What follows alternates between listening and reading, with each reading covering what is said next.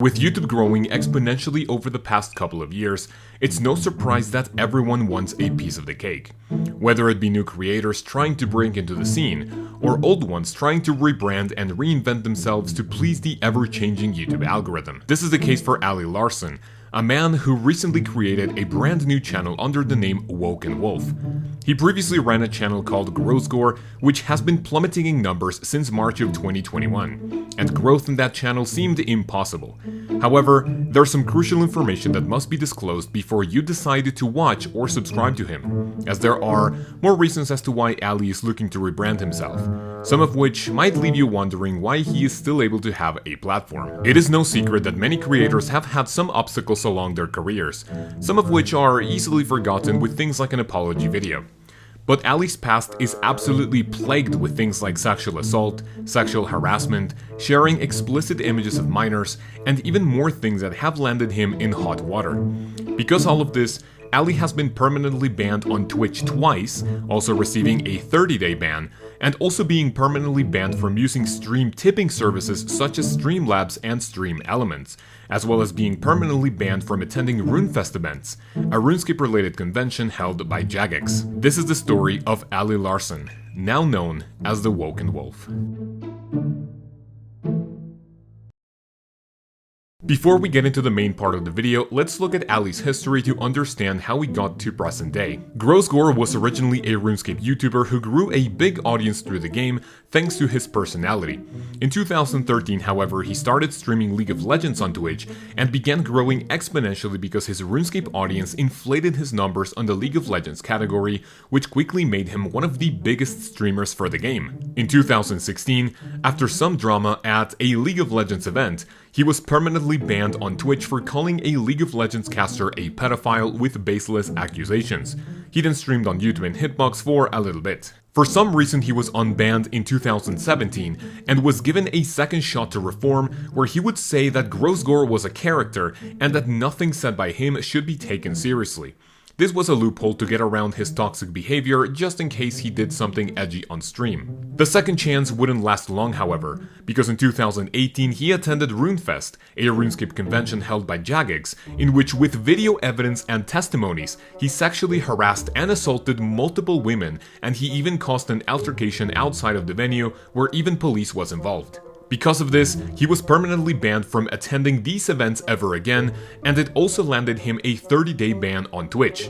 Apparently, someone on the inside thought a permanent ban was too much of a punishment and vouched for Ali to make the ban less harsh.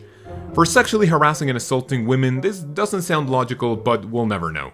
After his 30-day ban, he would lay low and watch his every move on the platform, and spent the next few years streaming more League of Legends, just chatting, old school RuneScape, and finally cooking streams. In 2021, he announced that he would be back to the League of Legends section after a year and a half of not playing the game, and right away his stream was received with open arms, racking an average 4,000 viewers during his first streams, and for the next 2 months it would rapidly grow to an average of 8, 9, and even 10,000 viewers with no sort of host or promotion from other big streamers. It all changed in March when he posted to a subreddit called Roast Me, where people, well, roast you mainly for your appearance.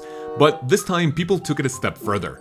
Instead of roasting him for his looks, people started roasting his past and started linking evidence of his disgusting behavior over the years. Because of this, he deleted the post, and this was picked up by another subreddit called Livestream Fail, where people discussed the fact that Ali had deleted the post because his new viewers were starting to catch up on what he has done in the past. This was covered by many YouTubers, streamers, and even news articles, and it forced Ali to make a 30-minute video trying to debunk all of the proof linked on a pastebin document that had been making its rounds for a few months. The explanation wasn't enough though, because only a few days later more victims, both new and old, would come out with more information that made Ali look even worse.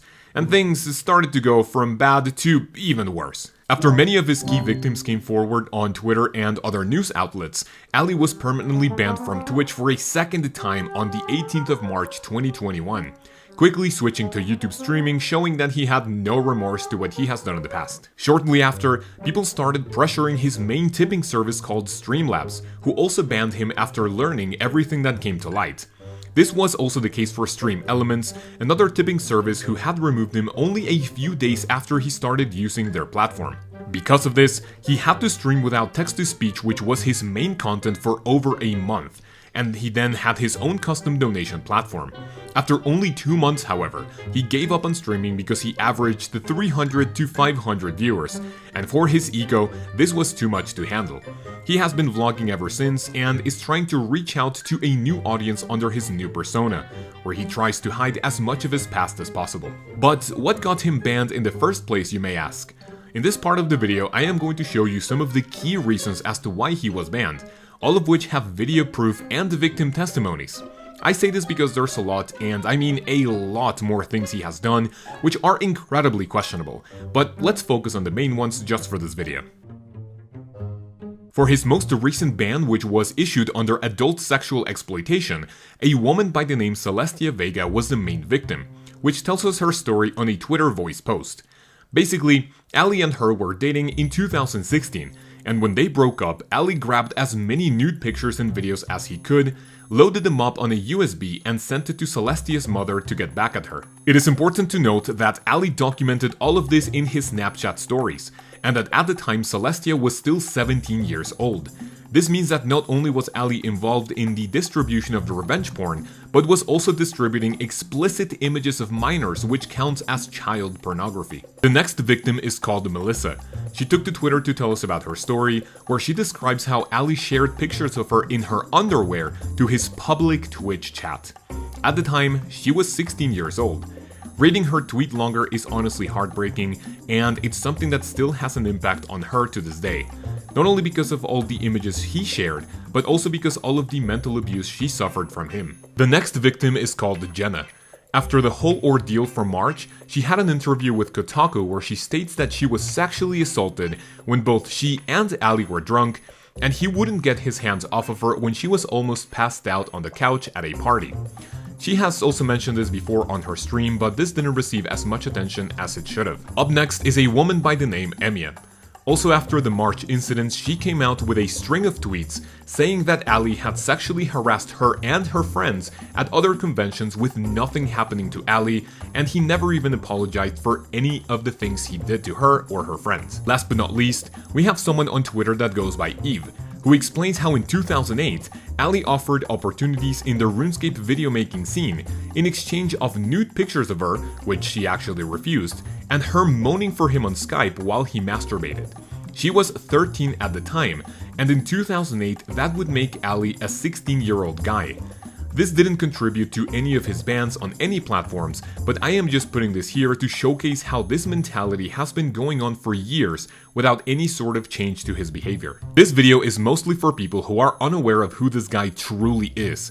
If you are still a fan of his despite everything he has done, there is literally no hope for you. But for those of you who are just learning about this channel, I advise being careful with Ali, as there's no saying what could happen if he finds success on YouTube and has access to a new younger audience who are going to be exposed to a man who quite frankly should be in jail. If you want to learn more about his past, you can check the link in the description below. Don't let this person's attitude fool you into thinking that he is a good guy, as he is a master manipulator and will do anything in his power to get back to the top. Thank you for watching and have a great day.